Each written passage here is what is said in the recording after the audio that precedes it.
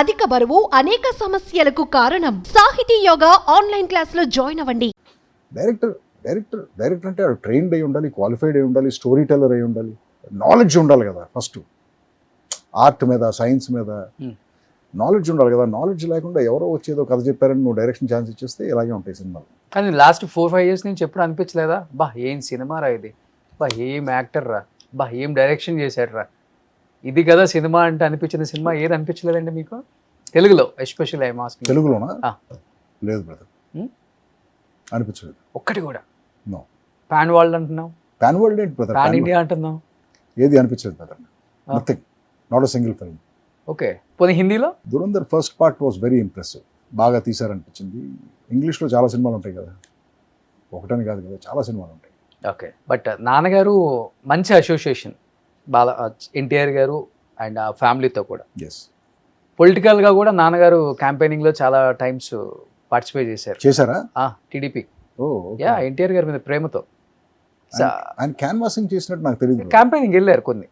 Okay, support అంటే నేను పార్టీకి సపోర్ట్ అని చెప్పట్లా, జనరల్ గా ఆయనతో పాటు వెళ్ళి ఉండొచ్చు, ప్రేమతో, రామారావుతో పాటు వెళ్ళి ఉండొచ్చు. అంతే. అలా ప్రేమతో వెళ్ళిన నాన్న డెఫినెట్గా పార్టీల గురించి, వ్యక్తిగతంగా వాళ్ళ ఫ్యామిలీ గురించి చెప్తుంటారు. కాబట్టి ఇన్ ఫ్యూచర్ నీ అవసరం ఎప్పుడైనా ఉంటే టీడీపీకి కానీ, ఆ ఫ్యామిలీకి కానీ, బాలకృష్ణ గారికి కానీ, చంద్రబాబు నాయుడు గారికి కానీ, లోకేష్ గారికి కానీ, నీ వంతు పార్టీలు పక్కన పెట్టి వ్యక్తులకి నువ్వు సపోర్ట్ చేయాలి అలాంటి చెప్పడం కానీ, లేకపోతే మీకు ఎప్పుడైనా చేయాలనిపించడం కానీ అనిపించిన మైండ్లో?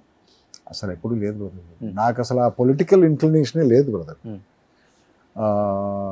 మా ఫాదర్ కూడా ఎప్పుడు నాతో ఇలాంటి విషయాలు డిస్కస్ చేసేవాళ్ళు కాదు. ఇప్పుడు ఆయనకి నిజంగా పాలిటిక్స్ అంటే ఇంట్రెస్ట్ ఉంటే రామారావు దగ్గరికి వెళ్ళి ఏదో పోస్ట్ తీసుకుని ఆ పొలిటికల్ ఫ్రెటర్నిటీలో తిరిగితే ఉండేవాడు కదా. ఆయన చేయలేదు కదా పని. జస్ట్ బేసిక్గా ఆయనకి ఏంటంటే మనిషి అంటే అభిమానం, and that should not be encashed. ఆ అభిమానాన్ని ఎన్కాష్ చేసుకోకూడదు. ఎప్పుడైతే ఎన్కాష్ చేస్తామో అది కమర్షియల్ ఈక్వేషన్ అయిపోతుంది. సో లాస్ట్ వరకు ఆయనకు అభిమానం అంతే, లేకపోతే ఆయన చాలా బెనిఫిట్ పొందుండొచ్చు కదా ఆయనకున్న క్లోజ్నెస్కి, అసోసియేషన్కి. డెఫినెట్గా. బట్ ఆయన no, he was not a man like that. But follow అవుతుంటారా పాలిటిక్స్ మీరు? ఎవరు? మీరు. ఏపీ కానీ, తెలంగాణ కానీ? లేదు బ్రదర్. సీఎం ఎవరో తెలుసా ఇక్కడ తెలంగాణకి? 100% తెలుసు, కానీ ఆయన కూడా తెలుసు నాకు. బట్ అది కాదు పాయింట్. ఏంటంటే నాకు పాలిటిక్స్ కంటే సివిక్ సెన్స్ చాలా ఇంపార్టెంట్. మనం పొద్దున్నే 3:30-4 గంటలు నేను వస్తూ ఉంటాను, స్ట్రీట్ లైట్స్ అన్ని ఆఫ్ చేసి ఉంటాయి, చాలా కోపం వస్తుంది. ఎందుకంటే బ్లైండ్ టర్నింగ్స్ ఉంటాయి రోడ్స్లో, ఏం కనపడదు. సడన్గా నల్ల డ్రెస్ వేసుకుని ఎవరో పరిగెడతా ఉంటారు రోడ్ల మీద. ఇది పాలిటిక్స్కి సంబంధించింది కాదు, ఇది గవర్నెన్స్ను, సివిక్ రెస్పాన్సిబిలిటీస్కి మనం ఎలక్ట్ చేసిన అఫీషియల్స్ చేయాల్సిన పనులు వాళ్ళు చేయట్లేదని చాలా కోపం వస్తుంది. ఇలాంటి ఇష్యూస్ ఉంటాయి కానీ నాకు మైండ్లో పొలిటికల్ ఇష్యూస్ ఏమి ఉండవు. నాకు పాలిటిషియన్స్ చాలా మంది ఫ్రెండ్స్ ఉన్నారు, ఆ పార్టీలో ఉంటారు, ఈ పార్టీ. రేవంత్ గారు కూడా మంచి friend? Not a friend, but తెలుసు నాకు ఆయన. ఓకే, కలిసారు. ఆయన సీఎం అవ్వకముందు ఎమ్మెల్యేగా ఉన్నప్పుడు కూడా తెలుసు నాకు ఆయన. ఎక్స్పెక్ట్ చేశారా సీఎం అవుతారని? అసలు నేను ఆ థాటే లేదు బ్రదర్ నాకు, ఆయన అవుతాడా అవ్వడా ఇలాంటి. ఎలాంటి డిస్కషన్స్ ఉంటాయి మీ ఇద్దరు కలిసినప్పుడు? Very cordial brother. సినిమా కూర్చొని గంటలు తరపున ఎప్పుడన్నా కలిసినప్పుడు హలో బ్రదర్ ఏంటి ఎలా ఉన్నారు అంతే ఉంటుంది. కానీ నేను సినిమా ఆర్టిస్ట్గా ఆయన తెలుసు, ఆయన పాలిటిషియన్ అన్న తెలుసు, ఇంతే ఉంటుంది. అంతేగాని it's not a personal friendship or anything. Okay okay okay. So AP ఎక్కువ ఫాలో అవుతుంటారు? ఏపీ కూడా నేను ఫాలో అవుతాను. అసలు ఏది ఫాలో అవును బ్రదర్, నాకు అసలు నాకు సంబంధించిన విషయం కానీ నేను ఏది ఫాలో అవును brother. Okay okay. But Chandrababu గారు అరెస్ట్ బాగా ఫీల్ అయ్యారని విన్నాను. 100%. I felt bad. ఎందుకంటే ఆయన నాకు అందరిలాగానే నాకు కూడా ఆయన బాగా తెలుసు అంతకు ముందు నుంచి. But I felt bad. ఎవరో చెప్పారు నాకు, ఒక అంటే మిగతా అన్ని తీసి పక్కన పెట్టిన ఆయన ఎందుకు జైల్లో పెట్టారు ఇదంతా I don't know the actual reason. నేను అప్పుడు ఏదో సినిమా షూటింగ్ చేస్తున్నాను బ్రదర్, రామోజీ ఫిల్మ్ సిటీలోనే అక్కడ ఉన్నాను. ఏదో డిస్కషన్ వచ్చింది, జైల్లో పెట్టారు ఇలాంటిది అని. జైల్లో పెట్టారు అప్పటికే 1 week ఎంతో అయింది అనుకుంటా. మన ఇండస్ట్రీలో నుంచి ఒక షాకింగ్ సైలెన్స్. అసలు ఎవరు మాట్లాడలేదు దీని గురించి. సమ్వేర్ పరోక్షంగా అయినా సరే తెలుగు సినిమా ఇండస్ట్రీకి, ఎన్టీఆర్ ఫ్యామిలీకి కనెక్షన్ ఉంది కదా. సమ్వేర్ ఒక డైరెక్ట్ అసోసియేషన్ లేకపోయినా కూడా ఇందులో ఉన్న చాలామంది ఎమ్మెల్యేలు, ఎంపీలు చేశారు. డైరెక్ట్గానో ఇండైరెక్ట్గానో ఆ పార్టీ నుంచి కానీ, ఆ సీఎంస్ దగ్గర నుంచి కానీ బెనిఫిట్ పొందారు చాలామంది. పిన్ డ్రాప్ సైలెన్స్, ఎవరు మాట్లాడలేదు జైల్లో. నాకు ఒకే ఒక విజువల్ నాకు చాలా ఇబ్బంది అండి. ఒక 73-year-old మ్యాన్ సీఎం చేసిన అతను, maybe whatever may be the case, subject to ఇన్వెస్టిగేషనే కదా, ప్రాపర్ టాయిలెట్ కూడా ప్రొవైడ్ చేయకుండా ఒక ఇండియన్ టాయిలెట్ ప్రొవైడ్ చేసి అతన్ని ఇబ్బంది పడుతున్నాడు ఆయన అని చెప్పేసి తెలిసింది. That I felt bad. 73 years మనిషికి మోకాళ్ళు, how do you use an Indian toilet? అప్పుడు ఐ మేడ్ దట్ స్టేట్మెంట్. ఆ స్టేట్మెంట్ కూడా ఏంటి, it is just a request, please release, అంతే కదా నేను చెప్పింది. ఫస్ట్ ఆ ఇండస్ట్రీ సైలెన్స్తో చిరాకు వచ్చింది నాకు. రెండు ఇది పాపం అనిపించింది. ఎవరు కనీసం ట్వీట్ కూడా చేయలేదు. ట్వీట్ కూడా నథింగ్. ఎందుకని, దేనికి భయం? To make a request. ఇప్పుడు ఇమ్రాన్ ఖాన్ అక్కడ జైల్లో ఉన్నారు. ఆయన ఎంతమంది మన క్రికెటర్స్ రిక్వెస్ట్ పెడుతున్నారు, గవాస్కర్ గారి దగ్గర నుంచి కపిల్ దేవ్ అందరూ రిక్వెస్ట్ పెడుతున్నారు కదా, ప్లీజ్ ఆయన్ని హ్యూమన్గా చూడండి జైల్లో. బికాస్ ఏంటంటే వీళ్ళందరూ గ్రేట్ అచీవర్స్ కదా బ్రదర్. ఎగ్జాక్ట్లీ. ఎక్కడో ఏదో తప్పు చేసి ఉండొచ్చు, లేకపోతే వేరే పొలిటికల్ మోటివేషన్స్ వల్ల జైల్లో పెట్టి అవన్నీ అయ్యి ఉండొచ్చు. బట్ ఆ బేసిక్ హ్యూమన్ డిగ్నిటీతో ట్రీట్ చేయాలి కదా ఓ మనిషిని, ఎస్పెషల్లీ ఆ స్టేచర్ ఉన్న మనిషిని. Imran Khan prime minister of Pakistan. So అలా అదే అనిపించింది అనమాట అప్పుడు. ఆ తర్వాత నేను మళ్ళీ ఆయన్ని కలవలేదు, నేనేం చేయలేదు, జస్ట్ అది ఆ వీడియో పెట్టడం తప్ప. రేజర్ May 8th రిలీజ్ అవుతుంది కదా. అవును. అలా సక్సెస్ మీట్లకి వెళ్ళినప్పుడు ఒక హాయ్ చెప్పారు, ఏముంది? నేను అది కూడా చేయను బ్రదర్, సక్సెస్ మీట్లు ఇవన్నీ చేయను బ్రదర్. మీకు ఇష్టం ఉండదు కదా? నాకు ఇష్టం ఉండదు. The film should talk for it self brother. Cinema దాని గురించి అది మాట్లాడుకోవాలి కానీ, బట్ నేను వెళ్ళి సక్సెస్ మీట్లు పెట్టి ఇలా డబ్బా కొట్టుకుంటాం ఇవన్నీ నాకు ఇష్టం ఉండదు. Okay okay.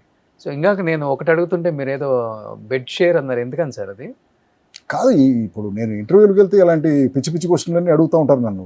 అందుకు మీరు సడన్గా ఇదేమన్నా వస్తారేమో ఈ సైడ్ అని చెప్పి ముందే హింట్ ఇచ్చాను, అటు వెళ్ళొద్దు బ్రదర్ నువ్వు. Okay.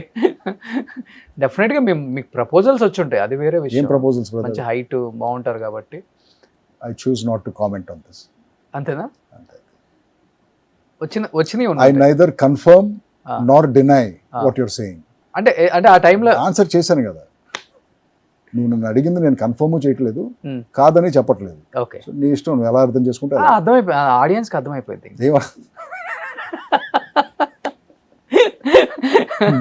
So anyhow, first of all thank you Ravibabu గారు. ఎందుకంటే చాలా ఇయర్స్ తర్వాత మాకు కావాల్సిన, అంటే ఇలాంటి సినిమాలు మేము మిస్ అవుతూనే ఉన్నాం. ఎస్పెషల్లీ రవిబాబు గారు ఫిలిమ్స్ అంటే ఒక సపరేట్ ఆడియన్స్ బేస్ ఉంటుంది ఎక్కడైనా కానీ, ఏపీఆర్ తెలంగాణ అండ్ వేరే స్టేట్స్లో ఉన్న తెలుగు వాళ్ళు కావచ్చు, ఎవరైనా కావచ్చు, ఇలాంటి సస్పెన్స్ హారర్ వాళ్ళందరూ కొంచెం ఓపిక చేసుకుని May 8th వచ్చి నా సినిమా చూస్తారని చెప్పి ఐఎమ్ హోపింగ్. ఎందుకంటే మీకోసం తీసిన సినిమా అనేది చాలా కష్టపడి తీసాం.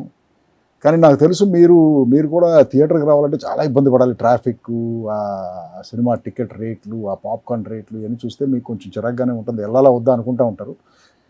కొంచెం నా కోసం ఓపిక చేసుకుని మీరు థియేటర్ దాకా వచ్చి ఆ సినిమా చూస్తే డెఫినెట్గా సాటిస్ఫై అవుతారు. May 8. అందరూ అడుగుతారు May 8th ఎందుకు చేస్తున్నారు సార్ మీరు అని చెప్పేసి. May 8th యాక్చువల్గా నాకు May 1st చేద్దాం అనుకున్నాను. ఓకే. కానీ అప్పుడు ఏదో ఒక పెద్ద సినిమా వస్తుంది అని చెప్పేసి నాకు ఆ డేట్ కన్ఫర్మ్ చేయట్లేదు డిస్ట్రిబ్యూటర్స్. ఎందుకంటే ఆ May 30th పెద్ద సినిమా, అది ఏమో రాదు పెట్టదు. చాలాసార్లు ఈ పెద్ద సినిమాలు ఒక డేట్ అనౌన్స్ చేస్తారు. దానివల్ల ఏంటంటే ఈ చిన్న సినిమాలందరూ సర్దుకోవాల్సి వస్తూ ఉంటుంది. వీళ్ళు సర్దుకున్న తర్వాత ఆ సినిమా డేట్కి రావట్లేదు అంటారు. సో సేమ్ ఇలాగే ఈసారి కూడా జరిగితే అప్పుడు నాకు డేట్స్ ఓపెన్ అయిన డేట్స్ ఏంటంటే May 1 ఒకటి, May 8 ఒకటి, May 15 ఒకటి, ఇలా ఈ మేలో ఉన్న డేట్స్ అన్ని ఓపెన్ అయింది. సో నేను లక్కీగా కుదురుతుంది కాబట్టి May 8 చూస్ చేసుకున్నాను. May 8 మా ఫాదర్ బర్త్డే. May 8 చలపతిరావు కదా. May 8 మా ఫాదర్ బర్త్డే. సో అందుకని ఆ డేట్ చూస్ చేసుకుని ఆ రోజు రిలీజ్ చేస్తున్నాం ఆ సినిమాని. సో ఫుల్ సస్పెన్స్ అన్నమాట. సస్పెన్స్ కాదు brother, it's action thriller, but ఎంగేజింగ్గా ఉంటుంది. ఓకే. స్టార్టింగ్ సీన్ నుంచి ఎండింగ్ సీన్ దాకా బాగా ఎంగేజింగ్గానే ఉంటుంది సినిమా. సో డెఫినెట్గా May 8 వస్తున్నారు కాబట్టి సార్ కనీసం ఇయర్కి ఒక సినిమా తీయండి సార్. ట్రై చేస్తాను బ్రదర్. మీరు ఇలాంటి సినిమాలు తీయండి చాలు. సినిమా ఇండస్ట్రీలో గొప్పతనం ఏంటంటే మనం అనుకున్నది ఏది జరగదు. మనం ఏదో ఒకటి అనుకుంటాం, ఇంకోటి జరుగుతుంది. ఓకే. సో మనం చేయగలిగింది ఏంటంటే ప్రయత్నమే, పుష్ చేసుకుంటూ వెళ్తూ ఉంటాం. బట్ అది జరగాల్సిన టైంకే జరుగుతూ ఉంటుంది ఏదైనా సరే. లైఫ్లో చాలా విషయాలు అంతే కదా. Exactly. So anyhow thank you and advance congratulations to entire team of Razor also. Already trailer అయితే నెక్స్ట్ లెవెల్ ఉంది. Thank you. ఎప్పుడెప్పుడా వెయిట్ చేస్తున్నాం మిమ్మల్ని బిగ్ స్క్రీన్ మీద, మీ యాక్టింగ్ ఇలా చేసే వాళ్ళు చాలా రేర్ ఎవరు ఉండరు కాబట్టి ఆ రేజర్లో మళ్ళీ చూడాలనుకుంటున్నాం. Thank you sir. Thank you so much sir. Thank you so much. Thank you. Suman టీవీలో మీ పర్సనల్ అండ్ బిజినెస్ ప్రమోషన్స్ కోసం కింది నెంబర్కి కాంటాక్ట్ చేయండి.